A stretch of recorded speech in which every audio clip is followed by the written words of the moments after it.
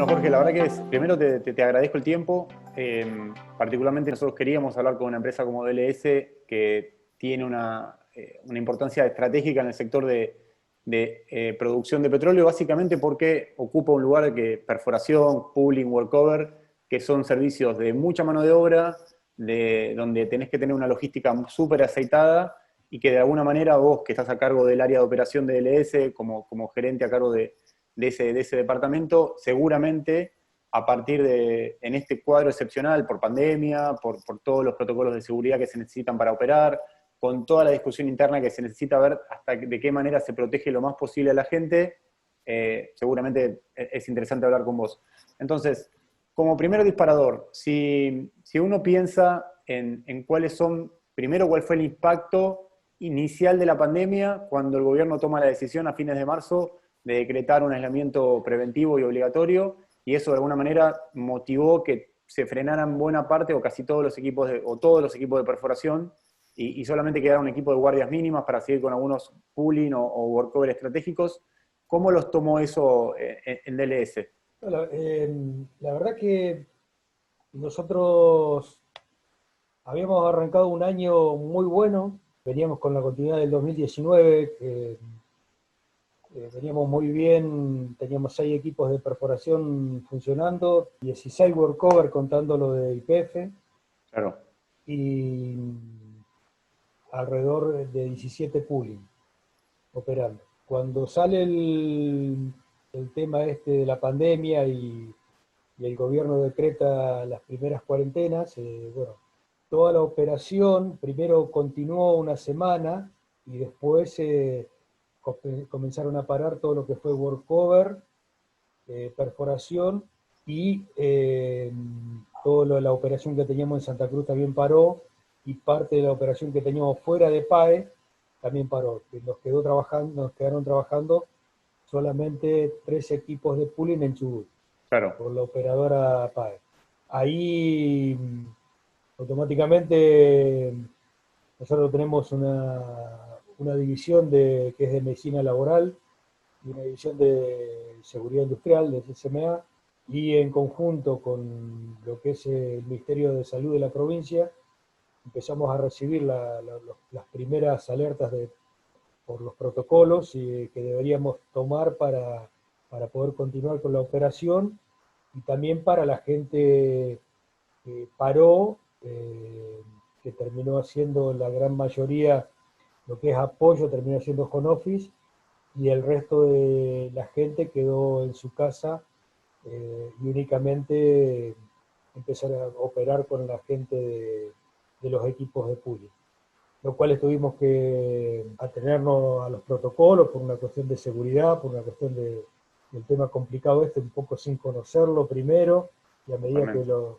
que nos fueron indicando, nos fuimos llevando a todas a todo lo que exigía tanto la operadora como provincia y como nuestros propios protocolos internos que los fuimos adecuando a lo que iba saliendo día a día, porque en un momento, los primeros 15 días, todos los días parecía algo nuevo. Entre ellos, lo primero que tuvimos que hacer es poner doble camioneta. Los turnos se integran de pooling se integran por 5 personas que viajan, 5/6, si tiene un mecánico no, depende que es, pero 6 personas como máximo, Claro. viajando todos los días cada 12 horas. Eh, entonces tuvimos que poner doble camioneta porque no podíamos tener una ocupación mayor a un 60% de la gente dentro de las camionetas que teníamos. Eso hizo bueno, que tengamos toda una negociación con la operadora, eh, reuniones por Zoom o por diferentes medios con los gremios internos y bueno, todo eso llevó a un incremento de costos, una nueva forma de poder llevar la operación adelante con los turnos y gente, contratar servicios externos para que hagan la limpieza y las fumigaciones Ahí me y quiero todo detener lo... un poco, Jorge.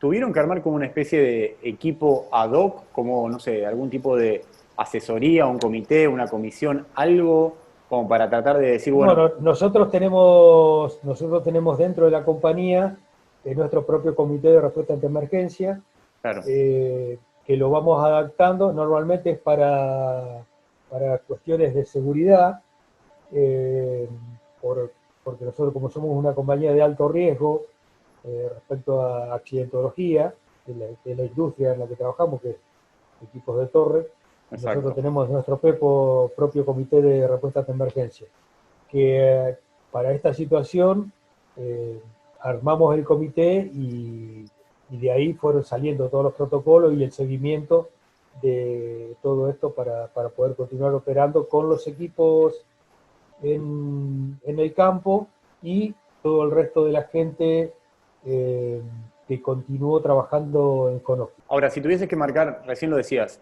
por ejemplo, con esta necesidad de poner el doble de camionetas para transportar con alguna especie de distancia social o manteniendo distancia a los operarios hasta el campo. Si tuvieses que marcar 2 o 3 medidas que tuvieron que tomar por la pandemia o para tratar de acentuar o optimizar todo lo que son los protocolos de seguridad, ¿podés nombrar alguna de esas? Dentro de los protocolos nosotros tenemos que a la subida de los turnos, medicina laboral, compramos los elementos urgentemente de medición de temperatura, y después todo lo que es anexo a lo que significa eh, todos los elementos que son para prevenir, como cuestiones de limpieza, y todo el famoso alcohol en gel, los Sí. barbijos y todo. Eh, pero sí, eh, no subimos ninguna persona y no estamos subiendo ninguna persona sin que antes una persona de medicina laboral, 1 barra 2 personas, revisen y chequeen todas las camionetas para asegurarse que la persona que suba a campo esté con la temperatura como corresponde, tengan los elementos que corresponden para subir. Y después recién sí subir a campo. Hay una cuestión que es importante, o por lo menos quiero preguntártela. Vos como gerente de operaciones de DLS, tienen más de, ahora me decís bien en detalle, pero creo que tiene más de 1.200 operarios en forma directa. De alguna forma uno lo que piensa es que tenés que moverte en una frontera bastante delgada entre de qué manera garantizo la seguridad, que para ustedes es un protocolo, el primer requisito, la primera condición o exigencia es garantizar la seguridad de los operarios cuando se opera, pero por otro lado también ver de qué manera reduzco la exposición de los operarios al contacto entre sí, con lo cual alguien podría pensar, bueno, si podemos hacer lo mismo con menos gente, hagámoslo, porque eso va a garantizar que si hay algún contagio, limitemos un poco la expansión. ¿Eso es así? Digamos, ¿está bien la lectura que estoy haciendo? Eso lo pudimos hacer en las bases. Nosotros también, aparte de los equipos de torre, nosotros tenemos una base operativa, tenemos un campamento en campo en Valle Hermoso y otra base en Pico Truncado. Nosotros eso lo pudimos hacer en las bases. En las bases únicamente, los 3 primeros meses prácticamente, trabajamos como si fuera como una situación de emergencia, De emergencia absoluta, ok. de Okay. emergencia solo, únicamente convocar a la gente específica para diferentes tareas. Si había que reparar un aparejo, si había que hacer reparar una bomba, si había que hacer algún trabajo específico, únicamente trabajar con esas personas cumpliendo todo el protocolo en nuestras bases. En el campo, en los equipos de torre, están designadas las funciones y Claro. ahí no podemos bajar la cantidad de personal. Lo que sí tuvimos que reducir las visitas a campo, porque nosotros tenemos dentro de nuestros procedimientos y protocolos normales de la compañía, tenemos visitas gerenciales, tenemos visitas de diferentes sectores de la compañía a las unidades operativas. Entonces eso sí, por los 3 primeros meses lo tuvimos que minimizar, Ok. solamente cumpliendo con las cuestiones, digamos, que son básicas o que son de cuestiones de relevancia para poder asistirlos. En lo que es los turnos de los equipos, eso, cada uno tiene un puesto determinado, hay un encargado de turno que maneja una parte de la operación, un maquinista que maneja la máquina, el enganchador que trabaja en el piso enganche y en las piletas, los bocas de pozo que tienen diferentes funciones, el mecánico que tiene otra función. Entonces eso no se puede achicar, porque si no, al faltar una persona de la estructura, Claro, compromete toda directamente, la claro, operación. compromete toda la operación. Está claro. Hay una cuestión, Jorge, que por ahí el paso del tiempo permite ir viendo. Estamos casi, desde que se decretó la primera cuarentena, fines de marzo, pasaron casi 5 meses y medio cuando estamos haciendo esta entrevista, y cuando se publique este informe van a ser 6 meses más o menos de aislamiento obligatorio o de cuarentena de que empezó el COVID. ¿Cómo, cómo evaluás un poco la performance y el desafío que implicó para DLS, que es una empresa de las, te diría, 2 o 3 principales en toda el área de equipos torre, es clave para la industria petrolera, son uno de los mayores empleadores en la cuenca del Golfo, de Chubut y el norte de Santa Cruz? ¿Cómo definirías esa operación en el marco también de la pandemia que, como venís describiendo, te afectó muchísimo la normalidad, digamos? Bueno, es una operación, o sea, nosotros tuvimos dos grandes problemas. Como te decía al inicio, arrancamos muy bien el 2020, con buena actividad, con una actividad que la teníamos amesetada prácticamente. Claro. Teníamos un plan para el año con esa actividad. No visorábamos en los 2 primeros meses, barra 3 de inicio de marzo, no visorábamos que esto se pueda llegar a complicar. Veníamos muy bien, veníamos dentro de los objetivos que teníamos armados en nuestro forecast, en nuestro presupuesto. Al pasar esto, los dos problemas que tuvimos fue la pandemia, la baja de actividad y sobre eso la baja del precio del crudo a nivel mundial. Entiendo. Eso hizo que en principio nos cambiara todo. Hoy todavía tenemos clientes que no hemos podido levantar los equipos. En el caso, tenemos una operadora acá en Chubut que todavía no ha levantado el equipo que tenemos operando ahí. Otra operadora en Santa Cruz que tampoco ha levantado. Recién empezamos a levantar los 3 equipos que teníamos con IPF recién esta semana. Sí. Todo eso hizo que tuviésemos que reestructurar todo el negocio que teníamos pronosticado para el año 2020. A reajustar todos los presupuestos, trabajar muy asiduamente y con mucha comunicación con las operadoras y los gremios, Sí. principalmente porque esto a nosotros en definitiva nos terminó bajando un 60-70% de la actividad de perforación, que es lo que nos va a quedar para terminar para lo que va del año.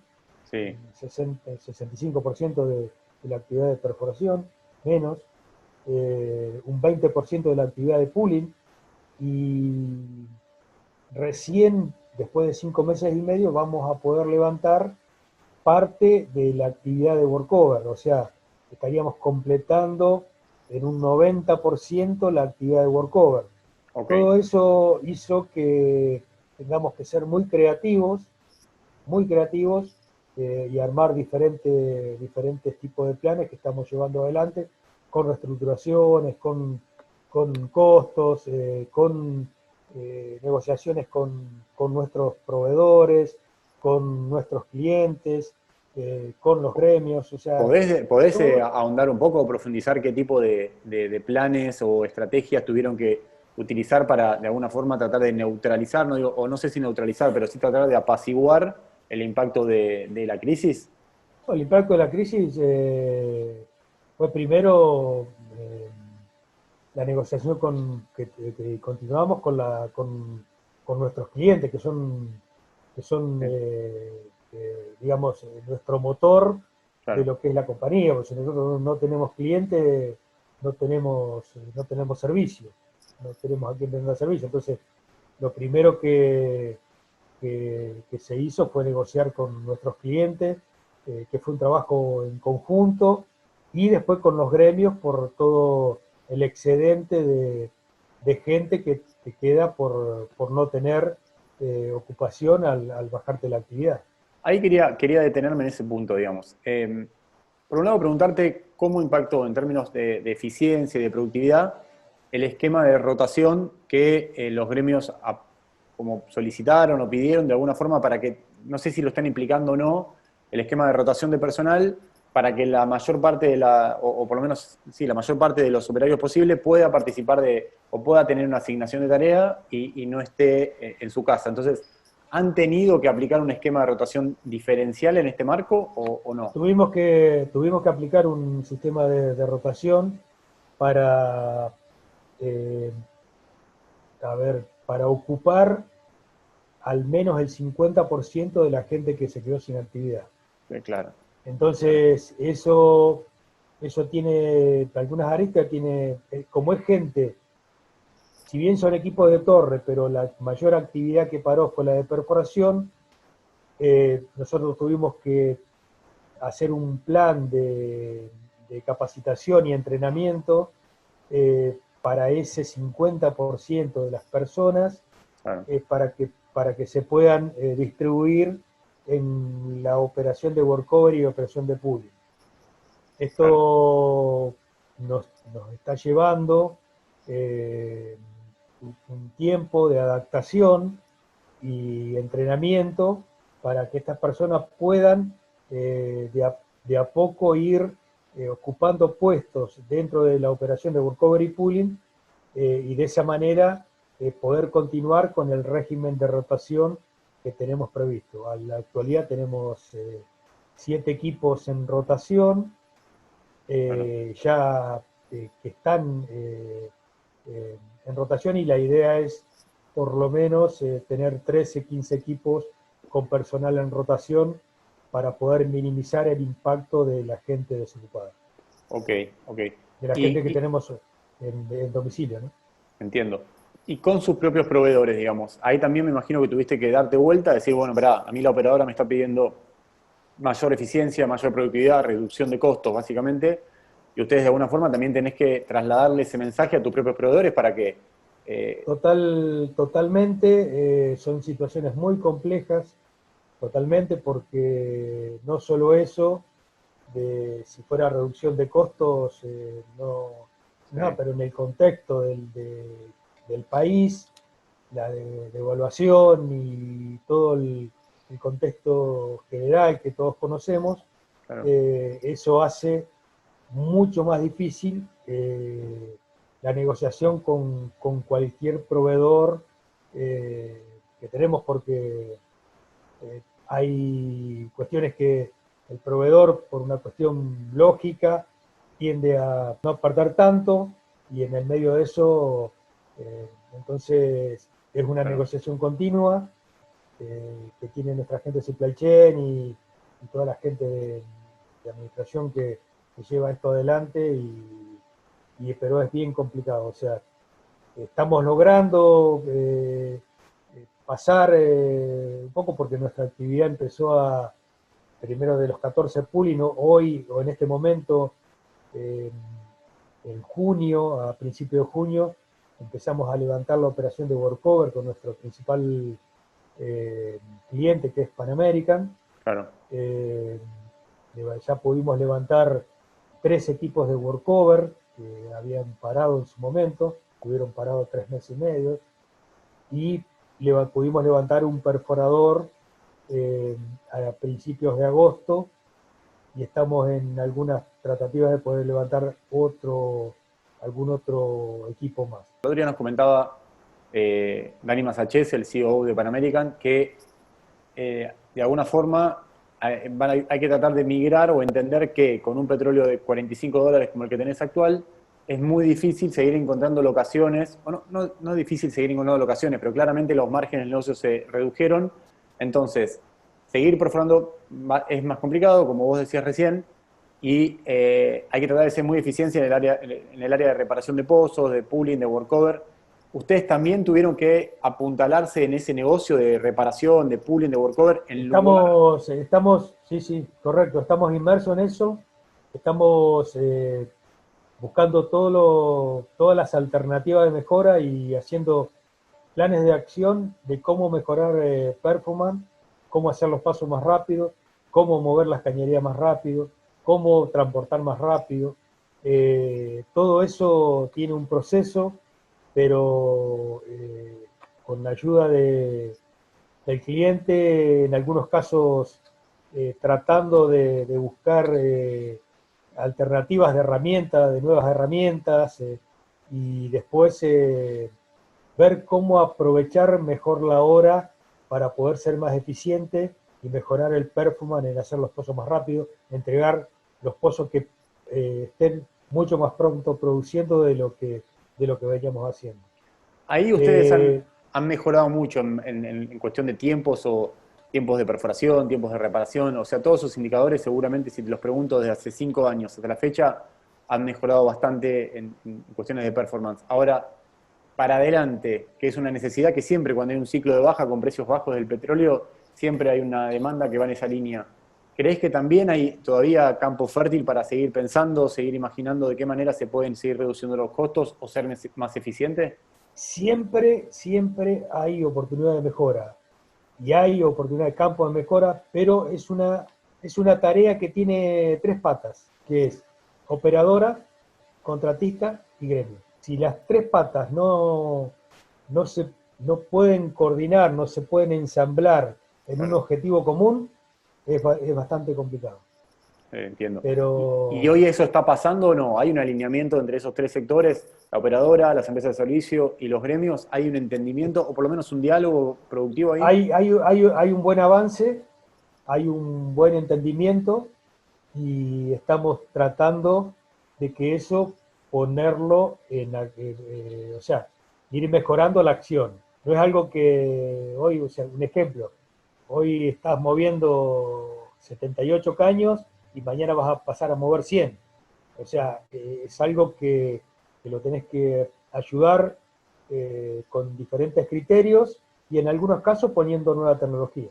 Es difícil, digamos, porque en un proceso de crisis la caja, el flujo de caja de las compañías, el flujo se reduce, la caja de las compañías se resiente, o sea, es complicado en ese marco decir, bueno, tengo CAPEX para incorporar tecnología y demás, pero por otro lado, tenés una necesidad de ser más eficiente, con lo cual la tecnología muchas veces te abre puertas en ese sentido. Eh, ¿Han incorporado o están pensando en incorporar alguna tecnología en particular o incorporaron alguna tecnología en los últimos 2 años que ahora les esté agregando más valor? No, justamente perforación, nosotros, eso fue un rotundo cambio en DLS.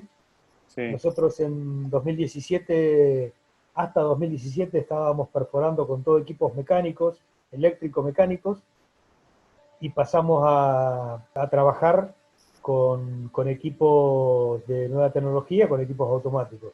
claro. Eso hizo que en 2 años, 2 años y medio, pudimos mejorar el performance prácticamente en un altísimo porcentaje. Ok, Eh, en cuánto podría ser más o menos, para poner un número promedio? de 1.5 pozos por mes pasamos a ser 2.5 barra 3 puntos pozos por mes, Wow, el doble casi. prácticamente el doble. Con workover y pooling no es tan lineal a la tecnología que tenemos, porque prácticamente tampoco hay en el mundo tecnología, no ha avanzado tanto la tecnología de Sí, workover, de operación de los equipos de torre en workover y pooling como ha avanzado en perforación, sí. pero, pero siempre hay cuestiones que le podés buscar la vuelta para poder sacar alguna mejora de lo que estamos haciendo actualmente. Es lo que estamos haciendo continuamente, ¿no? Ya pasaron casi 6 meses de la pandemia. Si, yo tengo una pregunta sencilla en el sentido de si vos crees que lo peor del impacto de la pandemia en sí ya pasó, o de la crisis ya pasó, o todavía vos serías cauto y dirías, bueno, no sé, todavía hay que ver cómo se desenvuelven los acontecimientos No, para yo tener una creo que idea. estamos yo creo que estamos en el medio. Hoy Bien, estamos en el medio porque nosotros realmente como compañía, yo te digo hoy, nosotros tenemos un equipo parado, un equipo de pooling parado hace prácticamente 2 semanas por situación de contagio, no en la operación, sino en, en la cuestión social, claro. que la persona que se contagió fue a trabajar con que ni siquiera sabía porque no se Claro, detectó, asintomático. asintomático, y eso hizo que, y hoy, digamos, estamos, dado eso, sumado al contexto que hay en la zona, acá en la ciudad de Comodoro, Radatili, Sí. donde se mueve, donde se mueve toda la gente, realmente está muy complicado y yo sería muy cauto. Estamos sobrellevando el tema, lo estamos sorteando, pero creo que estamos más o menos en la mitad o un poquito más de lo peor de esto. Yo creo Clarísimo. que van a pasar un par de meses como para que recién tengamos digamos, un nivel de decir, bueno, estamos saliendo airosamente de esto y nos estamos poniendo de vuelta en una situación prácticamente normal. Pero no en este momento. Jorge, a ver, para complementar un poco todo lo que es el trabajo en el campo, que es tu expertise, es el área que más conoces y demás. En lo que tiene que ver con el trabajo en remoto, en superficie, de soporte, obviamente vos lo decías antes, tuvieron que trabajar home office con todo el personal que asiste, digamos, al trabajo de campo. La infraestructura tanto de la cuenca o también el soporte que sea de Buenos Aires en la interacción o en la imbricación de esos servicios, ¿estuvo a la altura? ¿Tuvieron que modificar demasiado los procesos? ¿Cómo lo llevaron? No, vos sabés que en ese sentido, DLS está muy preparada en el sistema informático. Realmente tiene un equipo de IT muy avanzado, que podría decir que podría ser el mejor de las compañías de torre, pues yo vengo, hace 5 años que estoy en DLS y vengo de otra, de otra compañía de torre, Con lo cual eh, conoces bien. de lo cual conozco más o menos y conozco, y hace 42 años, 41 años para Wow. 42 ya que estoy en la zona y trabajando en la industria. Yo empecé como boca de pozo en el campo y llegué a director de operaciones a lo que estoy cumpliendo la función hoy. Wow. Entonces, digamos que conozco la realidad de la zona y realmente DLS tiene un equipo de informática muy especializado, muy bueno. Nosotros tenemos todos los equipos tienen conexión de internet, todos los equipos tienen, nuestro sistema se maneja básicamente apoyado por las operadoras, pero tienen toda la conexión es online. Eh, lo único que tuvimos que hacer con las personas que hacen home office, que hoy están haciendo home office, solamente fue adaptarle sus computadoras y cargarle los programas y de eso pueden trabajar tranquilamente de la casa. Hoy continuamos con toda la gente de apoyo a la operación, continuamos con planes alternativos, o sea, la gente trabajando en la casa, hacen diagramas, trabajan lunes, miércoles y viernes Claro. alguna persona, martes y jueves otra, se vienen de acuerdo a necesidad, y lo que sí prácticamente estamos todos los días en la oficina o en campo, es toda la línea de operaciones que, que nos vamos, que por cuestiones nos tenemos que reunir, tomando todos los protocolos y todo, pero nos tenemos que reunir, hay cosas que por ahí, como es son temas operativos, y normalmente las cosas se llevan en reuniones, porque hay Claro. mucha discusión, mucha cuestión técnica, Sí. muchos dibujos, muchos planes, y entonces continuamente tenemos que estar en comunicación y lo más práctico o lo que te da mejores resultados es cuando lo discutimos así en dos, tres, cuatro personas, tomando todas las precauciones que tenemos que tener. Entiendo. Pero en ese sentido, realmente no hemos tenido inconveniente. La gente, hemos hecho sondeo con el personal que está con Office, no, realmente no han tenido problema, y si ha surgido algo, enseguida se le ha buscado la solución para que la persona pueda continuar y ser eficiente desde su domicilio también. Entiendo.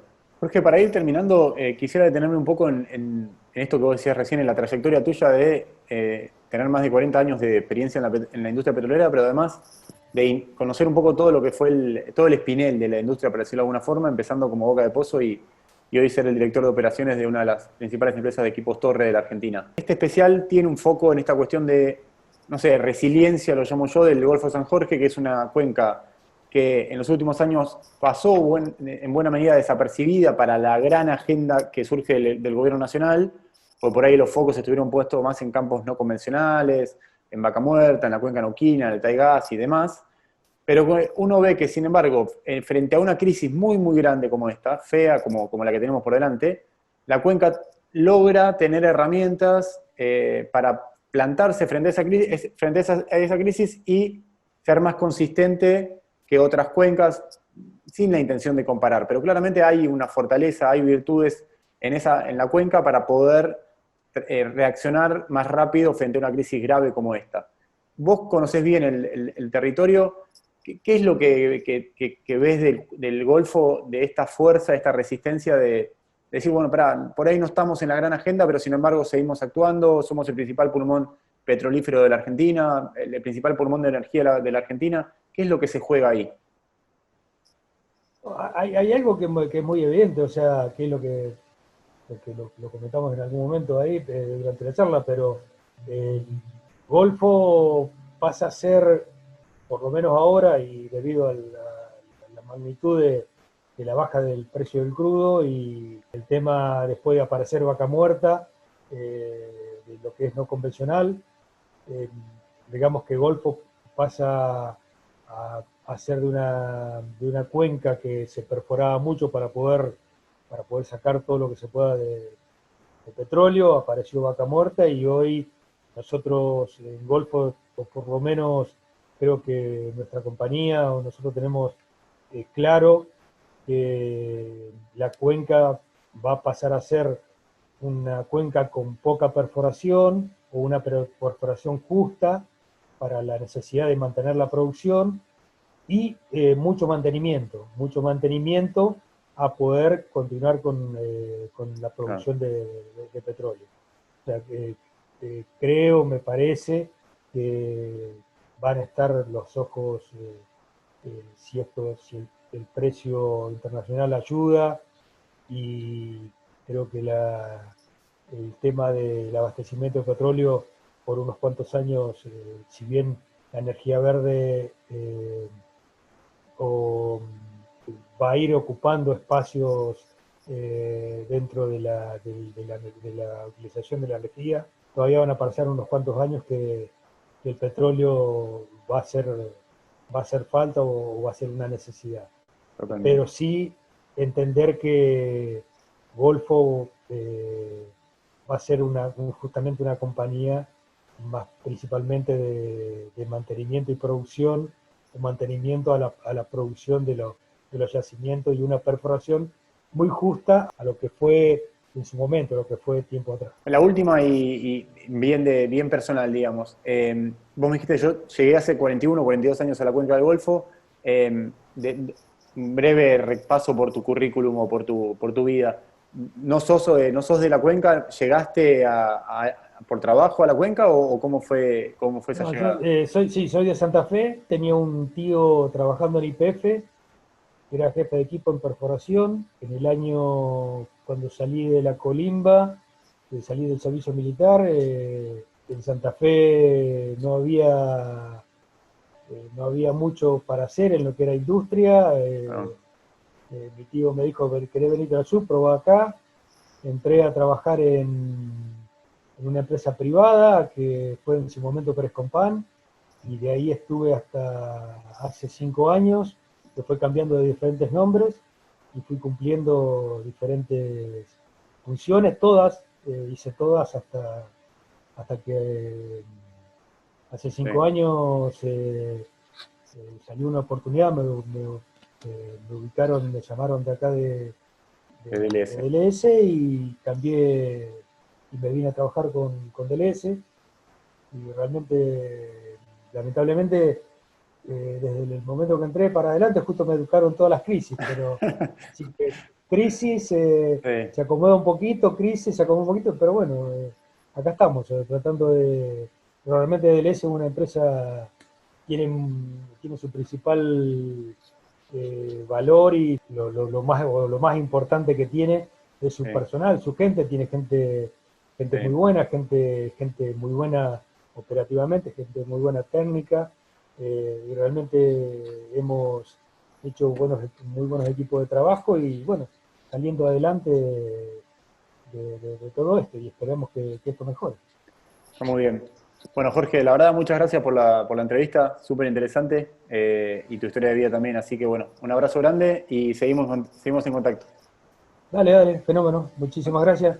Gracias por tenernos en cuenta y bueno, y como todo, ojalá que esto pase lo más pronto posible y volvamos a poder volver a la normalidad. O sea, y ya con una situación normal, ya las cosas son un poco diferentes. Sí, Vos fíjate que estamos acá a 70 kilómetros de Caleta y de Santa Cruz, es un lugar que prácticamente, o sea, convivimos sí, continuamente en todo, tanto sea en trabajo como social, como todo, y no y puede hoy si pasar. viajás de allá para acá o de acá para allá, tenés que hacer cuarentena, tenés que hacer, y Un problema. realmente Sí, sí, sí.